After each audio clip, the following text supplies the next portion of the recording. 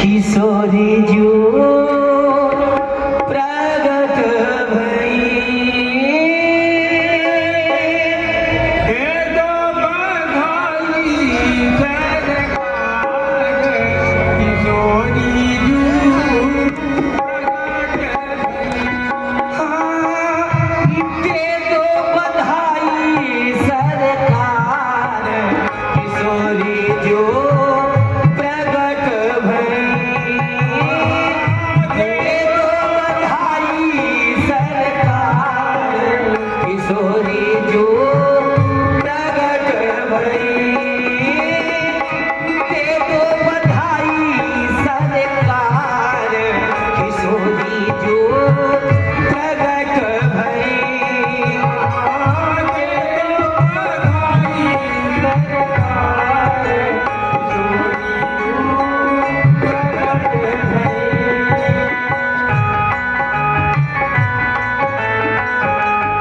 मैया प्रगट भई है देखो आज किशोरी जो प्रगट भई प्रगट भई सरकार किशोरी जू प्रगट भई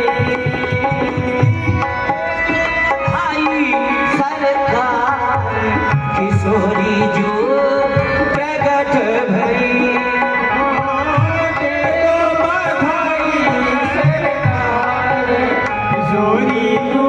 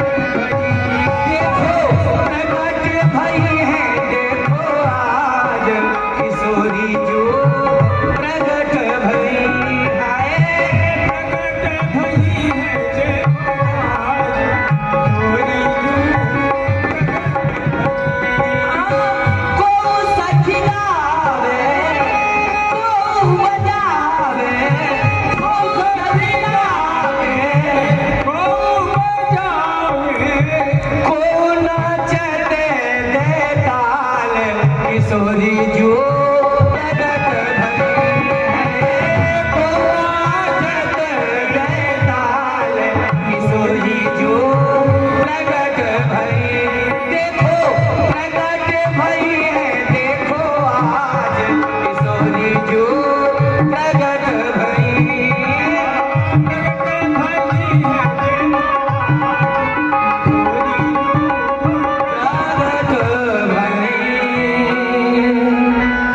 मछिया में बैठल मैया सुनना रानी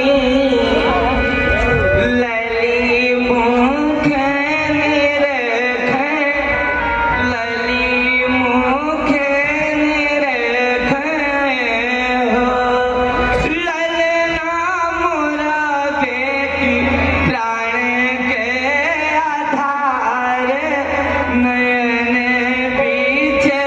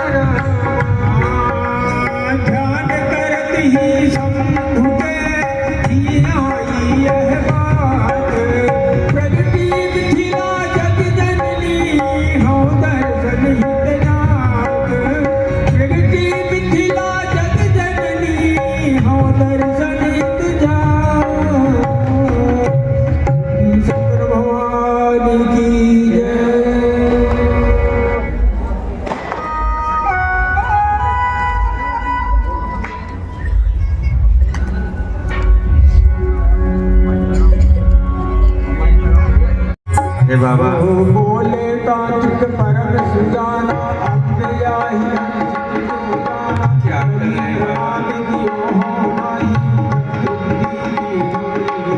जय बाबा।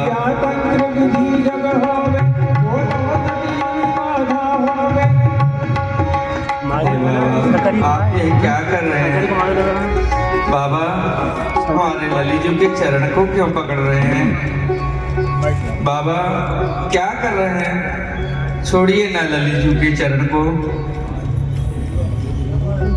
बाबा। ये क्या कर रहे हैं? बोले तांत्रिक परम सुजाना। अरे मैया, ये तंत्र की विधि देखने में उल्टी अवश्य लगती है पर लाभ शीघ्र करती है। मैया, मैं इस तंत्र विधि को कर रहा हूँ। एक निवेदन है, बीच में कोई क्यों की परंतु टीका टिप्पणी करेगा तो मैया ये तंत्र विधि असफल हो जाएगी। आप लली जी को पूर्ववत स्वस्थ देखना चाहती हैं क्या? स्वस्थ तो देखना चाहती हूँ बाबा, लेकिन आपकी विधि बहुत ही विचित्र है, मैया हमारे मेरी समझ में नहीं आ रही। मैया मेरी प्रार्थना है कुछ समय और सब लोग मौन रहेंगे तो लली जी शीघ्र प्रसन्न होंगे।